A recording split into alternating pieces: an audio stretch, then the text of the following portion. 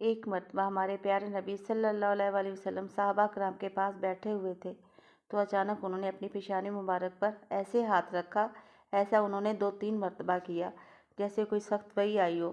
تو تمام صحابہ کرام وہاں پہ موجود تھے، وہ ڈر گئے اور وہ ڈر کے مارے کچھ بھی نہ بولے اور کچھ بھی نہ پوچھا۔ اور اگلے ہی دن حضرت عبداللہ بن جاش نے آپ سے پوچھا کہ یا رسول اللہ، کل آپ اپنی پیشانی مبارک پر ایسے کیوں کر رہے تھے؟ کیا کوئی سخت وحی آئی تھی یا کوئی سخت حکم؟